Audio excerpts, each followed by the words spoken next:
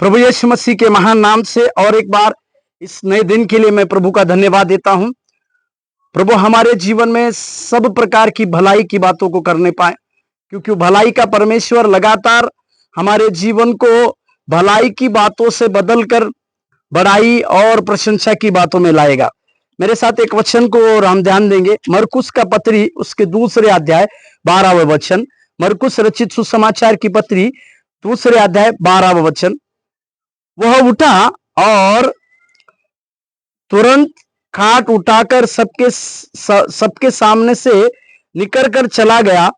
इस पर बहुत सब चकित हुए और परमेश्वर की बड़ाई करके कहने लगे, हमने ऐसा कभी नहीं देखा।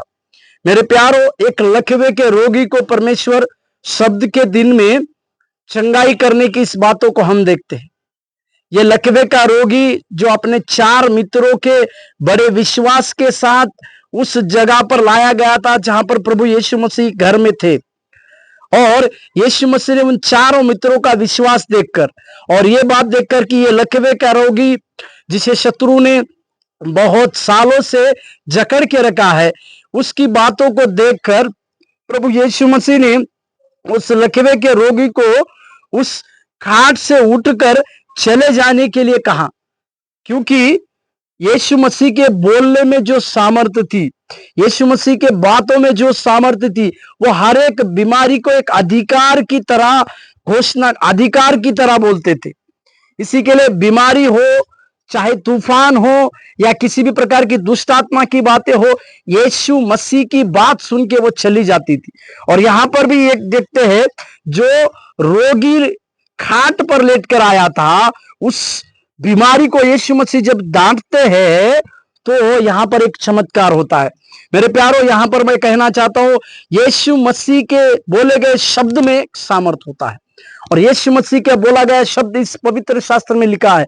इसी के लिए उस बोले गए हर एक शब्द को जब अपने मन में या हम अपनी घोषणा को करेंगे, परमेश्वर हमारे जीवन में भी चमत्कार करते हैं।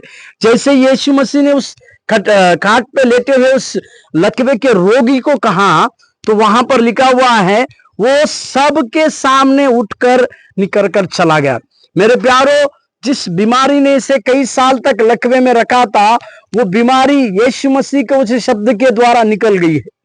वो जो किसी के सहारे चलने की ताकत रखता था, आज उसके अंदर एक बल आ गया है, वो सबके सामने से चला जा रहा है। और लोगों में सबसे बड़ी बात यह हो गई कि लोग आश्चर्यचकित हो गए और परमेश्वर की बड़ाई करे।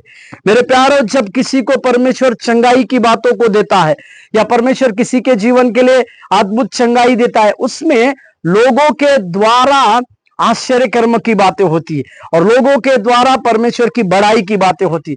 हमारे भी सेवकाई में हम इसी प्रकार के आश्चर्य कर्म करने के लिए परमेश्वर के हाथों में अपने जीवन को, अपनी सेवकाई को सौंपे, तो परमेश्वर के नाम की निश्चित बड़ाई हम लोगों के द्वारा होने पाए। प्रभु आपको आशीष दे। धन्यवाद।